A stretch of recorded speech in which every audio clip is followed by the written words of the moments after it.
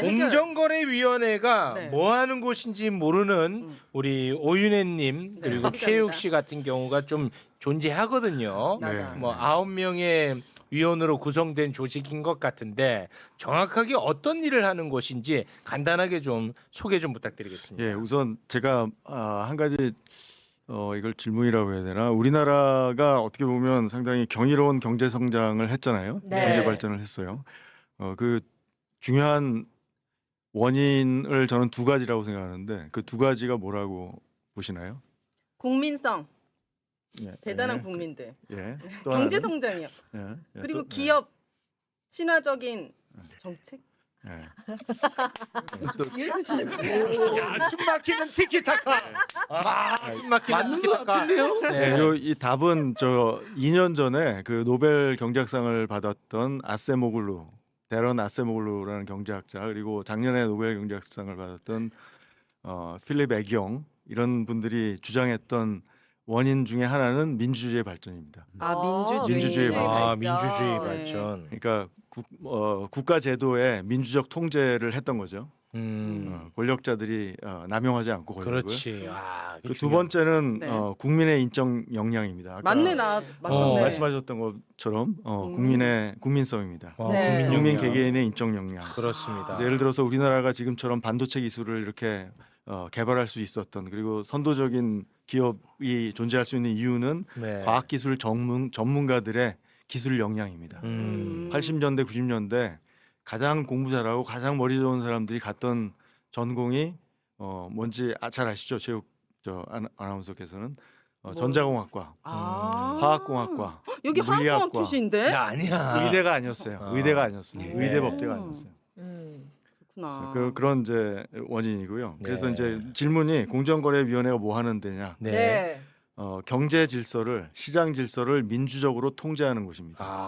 민주적으로? 경제 질서를. 그러니까 경제가 발전하려면 민주주의가 필요한데 민주주의의 장점은 권력을 장악한 사람들이 수구 세력으로서 어떤 경제 진보, 기술의 혁신을 막지 않는 그런 민주적 통제가 작동해야만 혁신이 일어날 수 있습니다.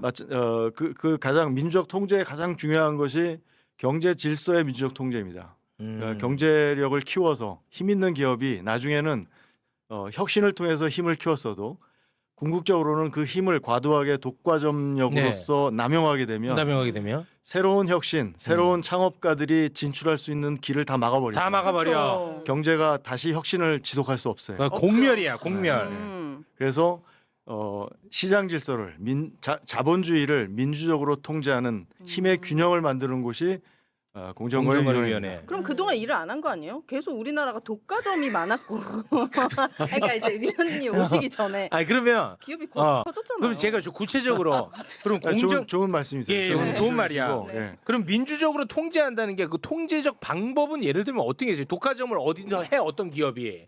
그럼 그럴 때 공정거래위원회가 할 수 있는 통제 방법은 어떤 게 법을 있어요? 만들어줘 우선 법을 무엇이 불공정한 행위인가, 무엇이 독과점력의 과도한 남용인가. 예를 들어서 카르텔, 담합을 해서 가격을 올리는 행위들. 그렇지. 그런 행위들은 이제 대표적인 독과점력의 남용이죠. 보통 이제 카르텔이 일어나는 경우가 담합이 일어나는 경우가 독과점이 형성된 시장에서 담합이 일어납니다. 법적으로 과징금을 처분을 한다든지 벌금을 내게 한다든지 경우에 따라서는 형벌을 가한다든지 이런 방식으로 처벌할 때 이런 힘의 균형이 이루어질 수 있죠. 아니 그 법적 규제는 예를 들어서 수사기관에서 수사해서 사법부에서 하는 거 아니에요?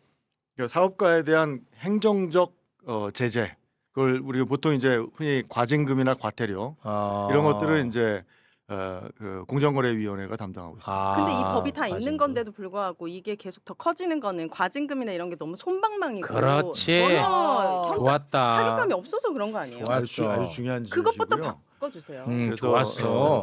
일단 법 체계부터 우리나라의 법 체계에서의 과징금 산정 비율이라든지 네. 수준이 다른 선진국에 비해서 과도하게 낮아요. 맞아요. 그리고 낮은 과징금조차도 제대로 처분하는 게 아니고 그것도 아까 말씀하셨듯이 솜방망이 처벌. 그러니까 예를 들어서 시장 지배적 사업자가 자기의 지위를 남용해서 갑질을 해서 다른 사람의 성과를 착취하는 행위. 여기에 대해서 EU에서는 관련 매출의 30%를 과징금으로 거둘 수 있게 해줬어요. 네. 우리나라는 그 과징금 비율이 6%입니다. 너무 낮아. 그리고 6%도 제도 6%까지 행사하는 게 아니고 상당히 낮게 행사하고 있었어요. 그래서 그 기본적으로 과징금 비율을 다른 선진국 수준으로 높여야 되고 네. 그것을 집행하는 어떤 규칙이라든지 고시 시행령 이런 것들을 그러니까 제재력이 있도록 만들어야 됩니다. 네. 알겠습니다. 청와대가 이번 주 안에 석유 최고 가격제를 시행해 당장 기름값을 잡겠다고 밝혔습니다. 이후 상황에 따라 유류세를 더 낮추거나 유류 소비자를 직접 지원하는 방안까지 준비하기로 했습니다. 공정위는 정유사의 담합 의혹의 조사에 착수했습니다. 네, 중동 지역 위기가 심화되면서 대내외 경제 환경의 불확실성이 크게 확대되고 있습니다. 특히 글로벌 무역과 중동 에너지 수입 의존도가 높은 우리 경제에 상당한 부담 요인으로 작용하고 있습니다. 향후의 전개 양상을 예단하기 어려운 만큼 정부는 최악의 상황까지 염두에 두고 비상한 각오로 선제적 대응책을 마련해야 되겠습니다. 우리 경제의 혈맥인 금융 외환 시장의 변동성 확대에 적극적으로 대응해 주시기 바랍니다. 과거의 틀에서 벗어나 숨겨진 위험까지 점검하고 대응 방안을 꼼꼼하게 마련해야 됩니다. 필요한 경우에는 100조 원 규모로 마련되어 있는 시장 안정 프로그램을 적극적으로 확대하고 정부와 중앙은행 차원의 추가 조치도 선제적으로 준비해야 되겠습니다. 특히 어려운 시장 환경을 악용해서 부당이익을 취하려는 세력에 대해서는 엄단하고 특히 이번 상황을 계기로 우리 자본시장의 체질 개선을 위한 개혁과제도 속도감 있게 추진해 나가면 좋겠습니다. 언제나 말씀드리지만 위기가 곧 기회입니다. 객관적 상황은 우리만 겪는 것이 아니라 모두가 함께 겪고 있는 것이고 결국은 이런 상황에서 어떻게 대비하느냐, 대응하느냐에 따라서 다음이 결정이 됩니다. 에너지 수급과 가격 불안 상황이 엄중한 만큼 이에 상응하는 비상한 대책도 필요합니다. 전략적 협력 국가들과 공조해서 호르무즈 해협을 경유하지 않는 대체 공급선을 신속하게 발굴하면 좋겠습니다. 정유사와 주유소의 담합, 또 매점 내석, 사재기 등 불법 행위는 철저하게 단속하고 위반할 경우 그로 인해서 생길 이익의 몇 배에 해당되는 엄정한 제재를 가할 필요가 있습니다. 최근에 과도하게 인상된 석유 제품에 대해서는 최고 가격 제도를 신속하게 도입하고 과감하게 시행해야겠습니다. 에너지 가격 상승으로 인한 물가 부담은 서민들에게 가장 먼저 또 가장 크게 돌아간다는 점에서 세심하고 실효성 있는 대책을 마련해야 됩니다.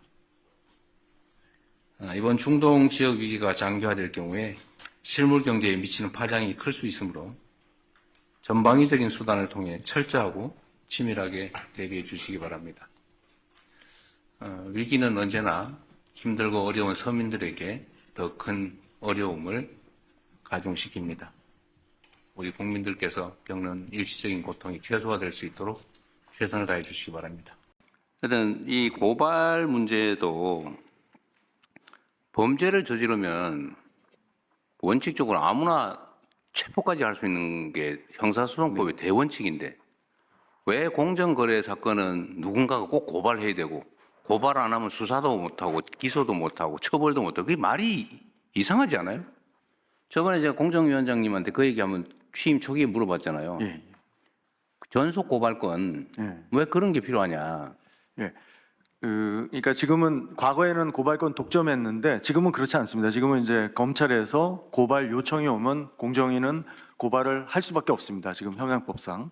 그리고 중기벤처부 장관도 고발 요청을 하면 저희가 고발할 수밖에 없습니다. 그러니까 지금 고발권 독점은 완화돼 지금 실질적으로 작동하지 않고요. 그런데 예를 들면 밀가루나 설탕 이런 거는 중소기업하고는 관계가 없고 일반 소비자가 피해를 보는데 소비자들은 그 비싼 빵 먹었지 않습니까? 네. 이때까지. 맞습니다. 근데 그 소비자들은 그걸 알아도 고발도 못 한다는 거 아니에요? 왜 고발을 꼭 해야 됩니까? 그러니까 이 공정위 권한이 너무 커요. 그 전속 고발을 폐지하든지 예, 아니면 일정 숫자 이상의 국민들한테 고발권을 주든지 예. 뭐 그렇게라도 좀 풀어야지. 이거를 제가 얘기를 들어보면 인력 부족 뭐 너무 많아서 그런다는데 아니 그렇게 너무 많이 위반하는 사회가 이상한 사회지. 그걸 고쳐야지. 어떻게 너무 많아서 고발된 사건만 그러면 자의적이 되잖아요. 다 위반하는데 이 중에 미운 사람 뭐 특별히 이유 있는 사람 거기만 고발해서 처벌하고 나머지는 해당도 그게 말이 됩니까 그게? 그게 정상 사회가 아니죠. 하여튼 지금 현재 공정위에서 고발권을 확산시키는 방향으로 지금 저 제도 개편안을 만들고 있습니다. 그래서 특히 지자체 쪽으로 고발권을 좀 확대하는. 좋은데 너무 오래 걸린다 그 말이에요. 예. 이거 제가 얘기한 지 몇 달 된 최대한 것 빨리 같은데. 하겠습니다. 어쨌든 그것도 좀 챙겨 보시고요. 예. 이게 이 부분만이 아니고 이게 이런 게 너무 많아요. 이 권한을 가진 사람들이 자의적으로 누구는 봐주고 누구는 선별해서 하고 이렇게 하면 그 사회가 정상적인 사회가 아니잖아요. 그 권력 남용의 가능성도 커지고. 이게 업무 보고 때 제기하셨던 문제인데요. 속도하고 그다음에 내용을 전속 고발권 문제는 조금 공정이 만 보는 것이 아니라 같이 볼 필요가 있는 것 같아서 함께 챙겨보겠습니다. 그러십시오. 그러면 속도가 그 총리실에서 좀 챙겨서 어쨌든 기업 운영 영역의 이런 체계적인 범법 행위에 대해서는 왜 저는 사회적 폐해나 이런 게 훨씬 더 큰데 저 계란 한 판 훔쳐먹은 서민하고는 차원이 다르잖아요. 근데 계란 훔친 사람은 꼭 잡아 처벌해. 근데 기업들이 국민을 상대로 이렇게 그 거대 범죄를 저지르는 건 뭐 이리 장애물이 많아요, 처벌하는데. 근데 이거 근본적으로 좀 신속하게 획기적으로 좀 바꾸시면 좋겠어요. 예. 이재명 대통령은 오늘 오전에 비상경제 점검회의를 개최하였습니다. 중동 지역 위기가 심화되고 있는 상황에서 중동 에너지 수입 의존도가 높은 우리 경제 동향을 점검하고 특히 국제 정세가 예상치 못할 정도로 빠르게 악화되는 최악의 상황까지 염두에 두고 선제적 대응책을 준비토록 지시하셨습니다.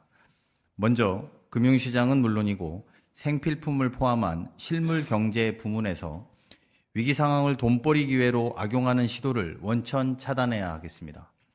재경부, 공정위, 산업부 등 각 부처는 담합, 매점 매석 등 불법 행위와 꼼수 가격 인상 시도 등 시장 교란 행위를 신속하게 점검하고 엄정하게 대처해 주시기 바랍니다.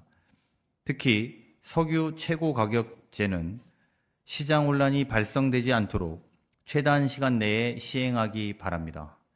또한 전 부처는 위기가 단기간에 끝나지 않을 수 있다는 비상한 각오를 바탕으로 에너지와 원자재 비상 수급 방안을 실효성 있게 준비하고 어쩔 수 없이 불편을 겪게 되는 국민들에게 충분히 설명하고 이해를 구하는 데 소홀함이 없도록 해 주십시오.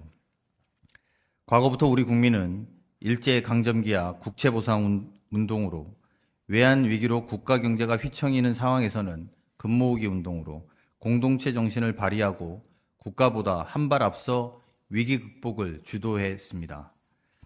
이번 위기에도 정부가 철저히 준비하고 국민들이 합심해서 도와주시면 우리 경제 체질 개선의 계기가 될 수 있을 것이라고 확신합니다. 폭등하는 기름값을 잡기 위해 정부가 석유 최고 가격제라는 초강수를 전격 발표했습니다. 국가적 위기를 틈타 사익을 챙기려는 파렴치한 시도에 강력한 경고장이 날아든 거죠. 이재명 대통령은 이번 주 안에 즉각 시행하라는 엄중한 지시를 내리며 민생 안정을 향한 선전포고를 날렸습니다. 정유사들의 담합 의혹에 대해서 공정위도 즉각 현장 조사에 착수하며 압박 수위를 높였는데요. 위기 상황을 틈타 돈벌이 기회로 삼으려는 행위를 절대 용납하지 않겠다는 정부의 의지가 강력히 반영된 거라 할 수 있겠습니다. 특히 꼼수 가격 인상이나 매점 매석은 무관용 원칙으로 엄정 대처하겠다는 의지를 분명히 밝힌 것이죠. 서민의 고열을 짜내는 행위는 결코 좌시하지 않겠다는 정부의 서슬퍼런 경고로 풀이됩니다. 과연 이번 조치가 민생 경제의 안정을 이끌어낼 수 있을지 끝까지 지켜봐야 할 것 같네요. 이 영상에 좋아요와 댓글을 달아주시면 더 많은 사람들이 이 영상을 볼 수 있습니다.